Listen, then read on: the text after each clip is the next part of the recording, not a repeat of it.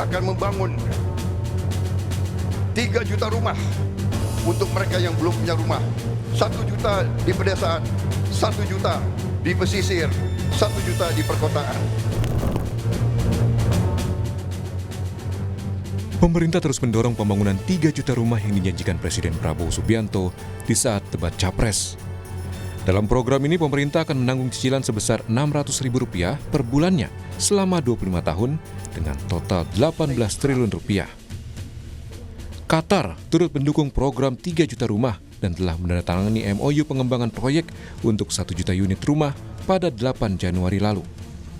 Pihak swasta Qatar membangun 1 juta rumah di perkotaan dengan nilai investasi sebesar Rp262 triliun sampai Rp327,6 triliun. Presiden Prabowo Subianto menjanjikan 3 juta unit rumah untuk masyarakat berpenghasilan rendah, 1 juta unit di pedesaan, 1 juta unit di kawasan pesisir, dan 1 juta unit di perkotaan. Hal ini jadi komitmen Prabowo saat debat Capres untuk mewujudkan di pemerintahannya.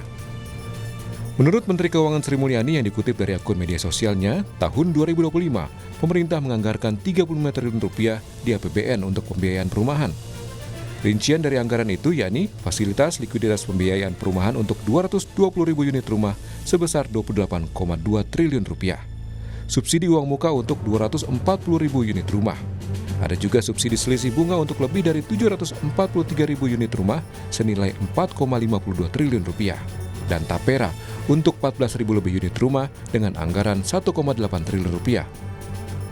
Ketua Satuan Tugas Perumahan Hashim Joyo Hadikusumo memastikan perumahan yang akan dibangun dari investasi Qatar bukanlah rumah gratis. Rumah-rumah itu akan tetap diperjualbelikan dengan melibatkan bank-bank milik negara. Sementara skema berbeda akan diterapkan untuk rumah yang dibangun di pedesaan. Pemerintah akan menjamin cicilan rumah di pedesaan dengan APBN. Rp600.000 per bulan itu ditujukan ke program perumahan di desa, di pedesaan, yang 2 juta. Ya itu nanti dari pemerintah. Kalau yang di perkotaan itu skemanya berbeda, bukan rumah gratis. Nanti orang harus membayar.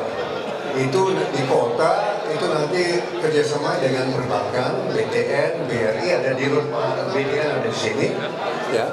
Kalau di pedesaan, itu nanti cicilannya ada, nanti cicilannya dijamin oleh pemerintah. Itu beda. Sebelumnya, Menteri Perumahan dan Kawasan Permukiman, Marwarar Sirait bilang proyek pembangunan rumah juga akan menggunakan lahan sitaan kasus korupsi. Misalnya dari Kejaksaan Agung, dari tanah-tanah hasil korupsi yang disita, kemudian juga dari BLBI, kemudian juga dari yang HGU-nya sudah tidak diperpanjang, dan berbagai jenis lainnya, itu akan masuk kepada Dirjen Kekayaan Negara, kemudian ke Bank Tanah, kemudian akan diproses lebih lanjut bagaimana kita akan membuat skema yang legal, yang ada kepastian hukumnya, dan juga yang berkeadilan. Marwarar mengatakan proyek ini menyasar masyarakat menengah ke bawah. Tim Liputan, Kompas TV.